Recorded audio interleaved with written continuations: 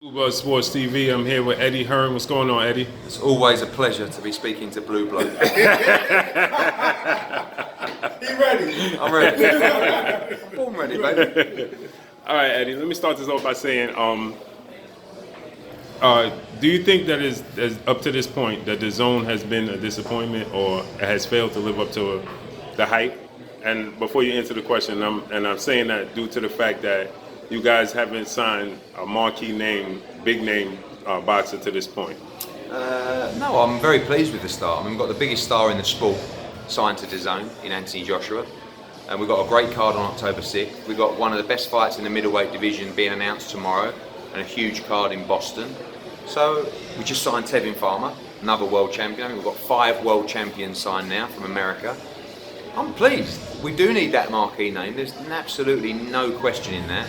But at the moment, people are holding on for dear life. You know, they're telling fighters, we'll give you 3 or 4 fights a year, we'll pay you that money. But they won't do it. And when the fighters realise they won't do it, they're going to be ready to go with us. And this isn't a 3-month plan. This is how long. And what did we have the launch in June, July, the first one? So we're 3 months in. So I'm really pleased with how it's going. We've got a brilliant team of analysts and production and presentation team that will be announced shortly.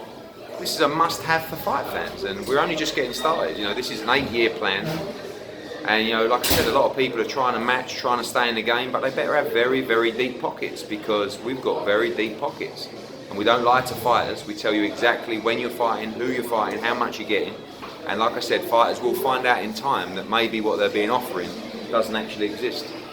Now, when we talk about Anthony Joshua versus Alexander Povetkin, there's still tickets left for the fight. Why hasn't that fight sold out yet? Probably because it's got a 90,000 capacity. So we've done 75,000 so far. So it's not too bad. There is no one in the sport that sells tickets like Anthony Joshua. A lot of the reason as well is we have to do 10,000 coach packages. So you can only turn up if you come on a coach because the capacity is so big. So, no, we did 70,000 for Parker, 70,000, 75,000 for Parker, 75,000 for Takam. We've already done 75,000 for Povetkin. So we're exactly on track. I know there's going to be people out there saying, oh, they haven't sold every ticket yet. It's 90,000, mate. Well, you know, it's just we used to, you know, you guys saying that he sells out like overnight, you know, and now... Well, he's never done over 90. He's done Povetkin once, which was, Klitschko once, which was just under 90,000. So he's never done the full 90. The next one's set up for 100. We'll be full on the night. We may not sell every coach package because that's quite tough to do. But certainly we would have sold over 80,000 tickets for the Povetkin fight. So I'm pretty happy. Now we hear Dillian Whyte. He does a lot of talking in the media, you know, and he says he's willing to fight anybody. But you know, he mentions that Deontay Wilder beat an over the hill, you know, a guy that's in his 40s. And Luis Ortiz, but right now he doesn't have a fight schedule. Ortiz doesn't have a fight schedule. So could we get that fight? Could we make that fight? Well, we would have taken that fight if that would have been a mandatory for Deontay Wilder. But the WBC told us we'd probably have to wait 2 years to become mandatory. So Dillian wasn't willing to do that. Right now his focus is on fighting Anthony Joshua, because if Wilder doesn't fight Joshua next, Dillian Whyte gets it in April.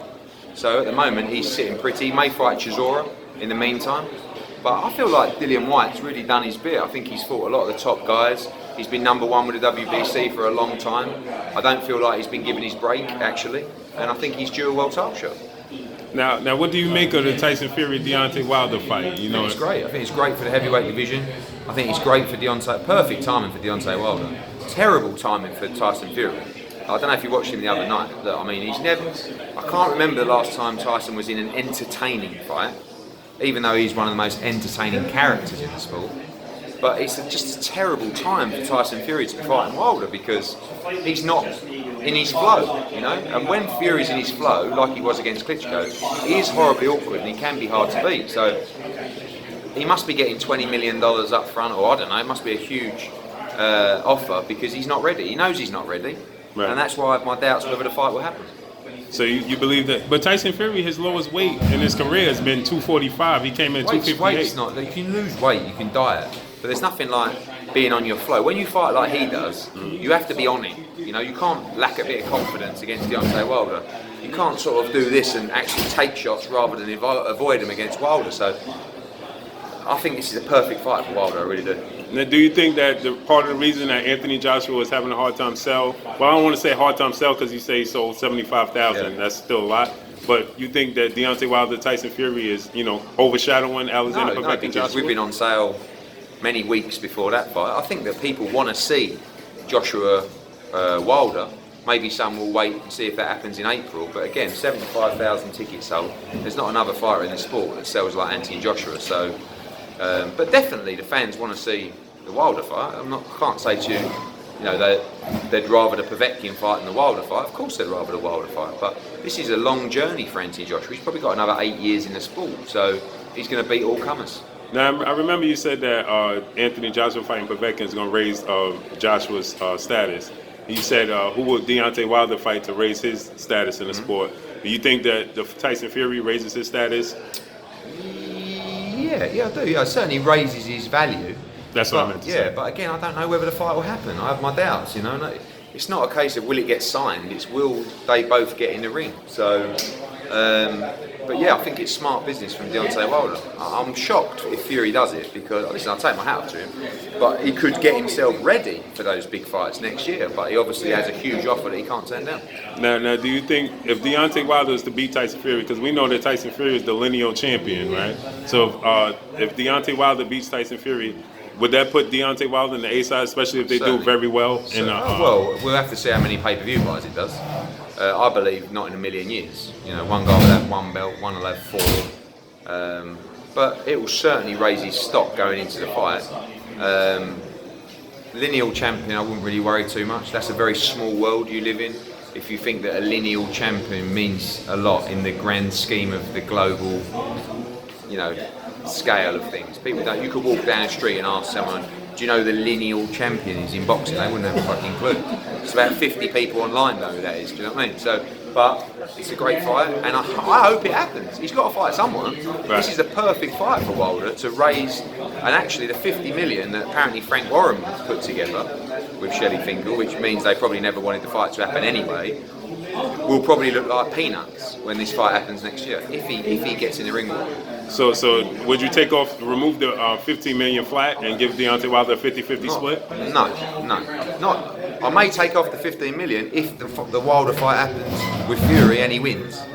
But the 50-50, I don't know, listen, we'll see what happens, see how big the fight is. I just hope it does happen. I don't believe it will. Why you believe the fight won't happen?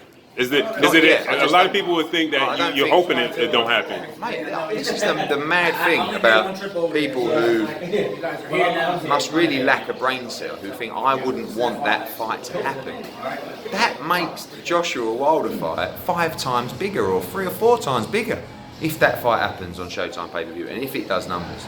So you're not talking to a guy who's like this, owns voodoo dolls and sort of sits there at home like a bitter old man going, fucking hope everybody dies. Do you know what I mean? I want to make the biggest fights out there, and if I can get bigger and bigger and bigger, all good. Okay. Thank you, Eddie. I appreciate you. Sweet, thank you. Oh, one more question, Eddie. One more question.